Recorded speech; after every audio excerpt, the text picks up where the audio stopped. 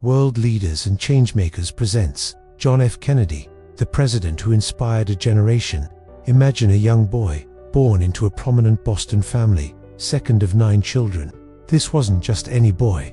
This was John Fitzgerald Kennedy, or Jack, as his family called him. Growing up in a household that valued public service and ambition, young Jack was competitive, bright, and endlessly charming. He attended private schools, but it was his time at Harvard where his intellectual curiosity truly blossomed. His senior thesis, later published as the book Why England Slept, offered a sharp analysis of pre-war British politics, hinting at the future statesman he would become. But before politics, there was war. Following the attack on Pearl Harbor, Kennedy joined the U.S. Navy. His command of the patrol torpedo boat PT-109 in the Pacific became the stuff of legend. When a Japanese destroyer rammed his boat, splitting it in two, Kennedy, despite a severe back injury, led his surviving crew on a grueling swim to a nearby island. For days, he risked his life to find rescue, towing an injured crewmate by clenching the strap of his life jacket between his teeth. His heroism earned him the Navy and Marine Corps Medal and showcased a resilience that would define his life. Returning home a war hero, Kennedy felt the pull of public service. The tragic death of his older brother, Joe Jr., who had been the family's political hope, thrust Jack into the spotlight. In 1946, he ran for Congress in Massachusetts and won, beginning a swift ascent in American politics. His youthful energy and war record resonated with voters.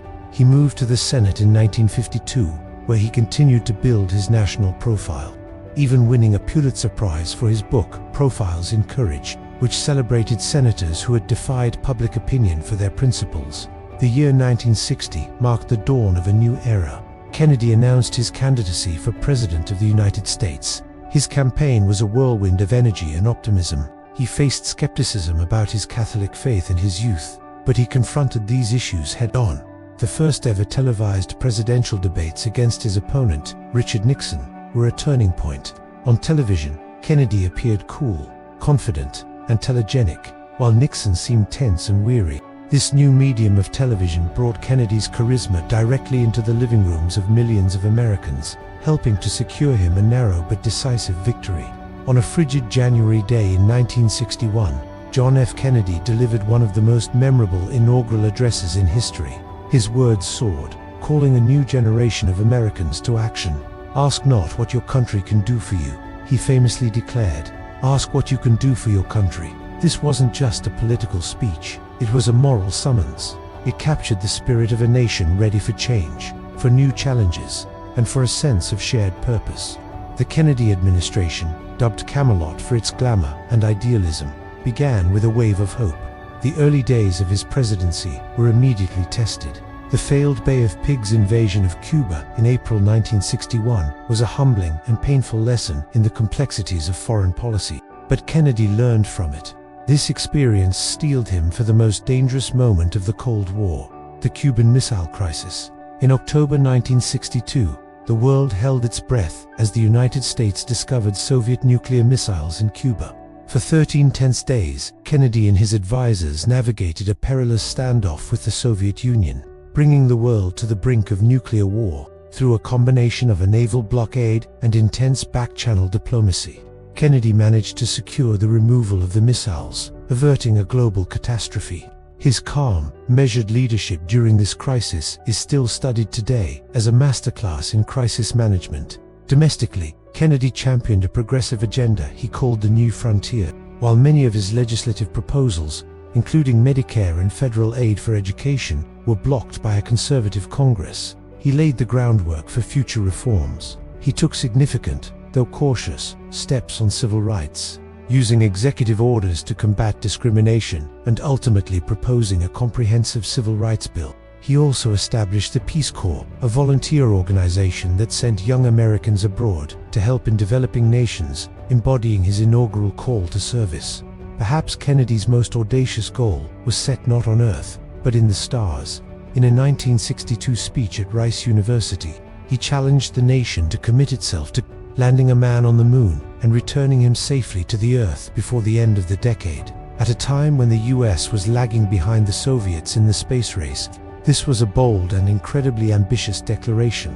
"We choose to go to the moon," he said, not because it is easy, but because it is hard. This vision galvanized the nation, spurred massive investment in science and technology, and ultimately culminated in the historic Apollo 11 moon landing in 1969, a lasting tribute to his foresight. The Kennedy White House was also a cultural center.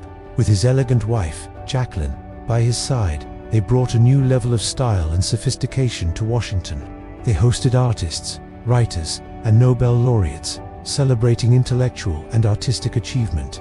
The image of their young family, with their two small children, Caroline and John Jr., captivated the public both at home and abroad. They represented a youthful, forward-looking America, full of promise and vitality. But that promise was tragically cut short. On November 22, 1963, while riding in a motorcade through Dallas, Texas, President John F. Kennedy was assassinated. The news sent shockwaves of grief and disbelief across the nation and around the world. The image of a nation in mourning, watching the solemn funeral procession, is seared into the collective memory. The vibrant era of Camelot had come to a sudden and brutal end. Though his presidency lasted just over 1,000 days, John F. Kennedy's impact was immense. He inspired a generation to believe in the power of public service, to look to the future with hope, and to believe that individuals could make a difference. His legacy is not just in the policies he enacted, but in the spirit he ignited. The questions he asked and the challenges he posed continue to resonate today, reminding us of our capacity for courage, our responsibility to each other, and our potential to reach for the stars. He remains a powerful symbol of a time when politics seemed full of possibility and the future felt limitless. Thank you so much for watching. If you were inspired by this story of leadership and vision, please give this video a thumbs up and subscribe to our channel for more stories about the people who shaped our world. We'll see you in the next one.